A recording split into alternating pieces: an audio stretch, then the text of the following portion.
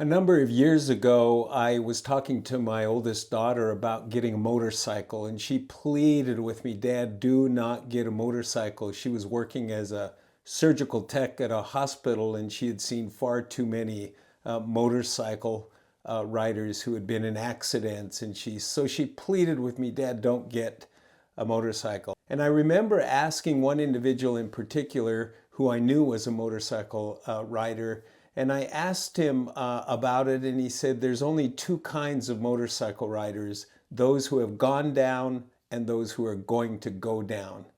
So I started asking different motorcycle riders, "Hey, have you ever gone down?" And one would pull up his pant leg and go, "Oh yeah, I almost lost my leg on this one." And another one said, "Oh yeah, I went down and fortunately I survived just barely." And so I decided that getting a motorcycle probably wasn't a good idea. But a scooter, on the other hand, that might work.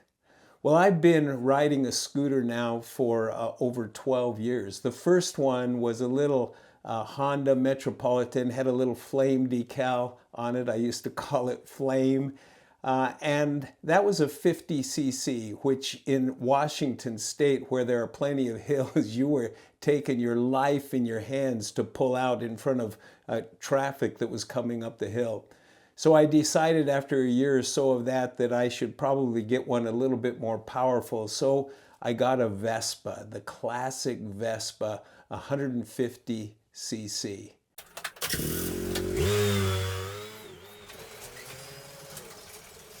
And I've been riding that for over 12 years, and it's been a great little scooter.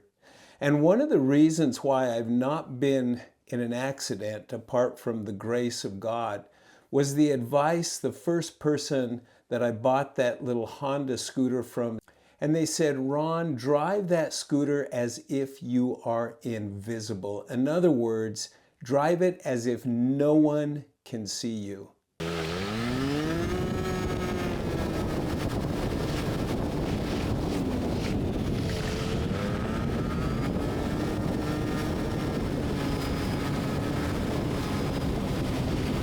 And I have thought about that so many times, just as I'm coming around a corner, as I'm passing a car, and the fear that they might open that car door. I'm just constantly telling myself I need to drive as if no one can see me, and it has served me well.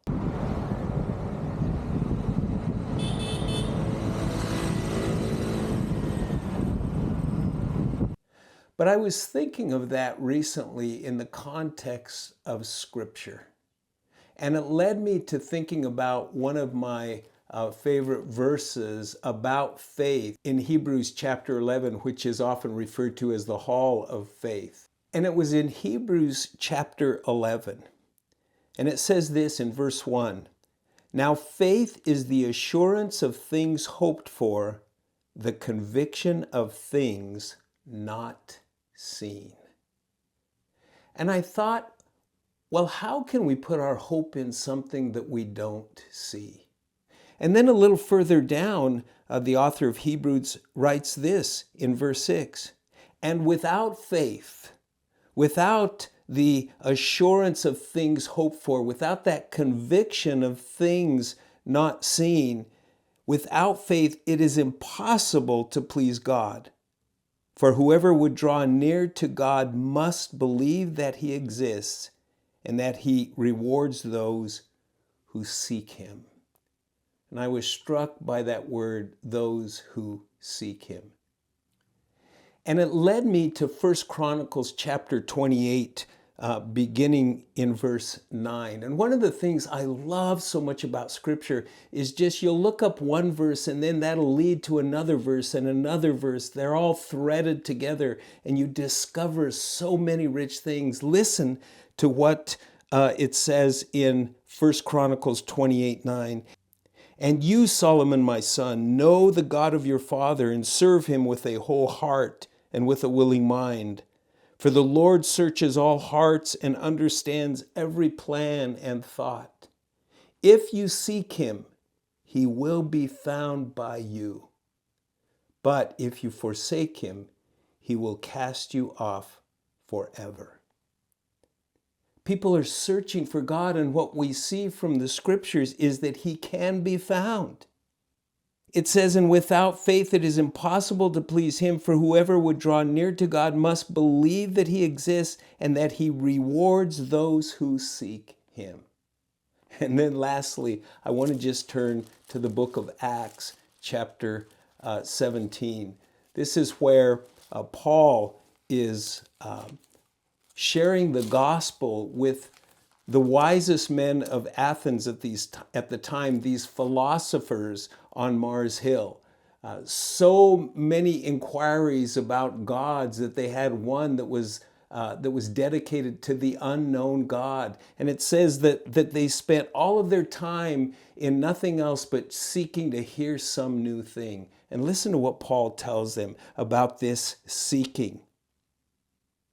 He says, and God made from one man every nation of mankind to live on all the face of the earth, having determined allotted periods and the boundaries of their dwelling place, that they should seek God and perhaps feel their way toward him and find him, yet he is actually not far from each one of us.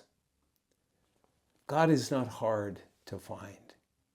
He makes a way for us in our seeking by faith, the assurance of things hoped for, that in our seeking he will be found.